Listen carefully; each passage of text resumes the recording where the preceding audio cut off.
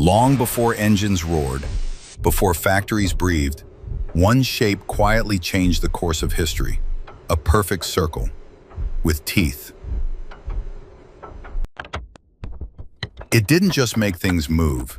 It made movement controllable, repeatable, reliable. The gear wasn't a tool, it was a language of power. In ancient China, water wheels turned to irrigate fields. In Greece, gear-driven statues mimicked the gods. These were not toys, they were prophecy of a mechanical future. Then, silence.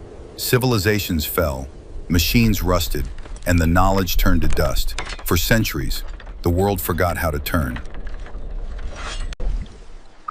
Until the sea revealed a mystery, an ancient machine, impossibly precise, gears aligned with the stars, centuries before their time. Leonardo saw more than invention, he saw resurrection. From clocks to cannons, his sketches brought gears roaring back to life. Clocks weren't just instruments of time, they became its masters, each tooth marking every second of our lives.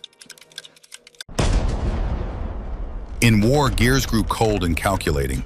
Tanks turned, triggers ticked, precision no longer meant peace.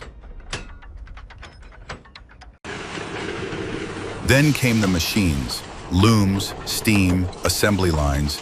Gears multiplied, and the world began to turn faster than ever before.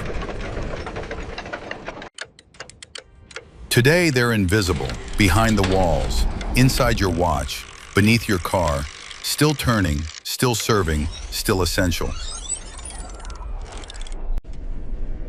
Gears don't work alone, they rely on each other, just like we do. One connection becomes movement, and movement becomes civilization. The gear didn't just power machines, it built the world behind them. Quietly, perfectly, like subscribe and never stop turning forward.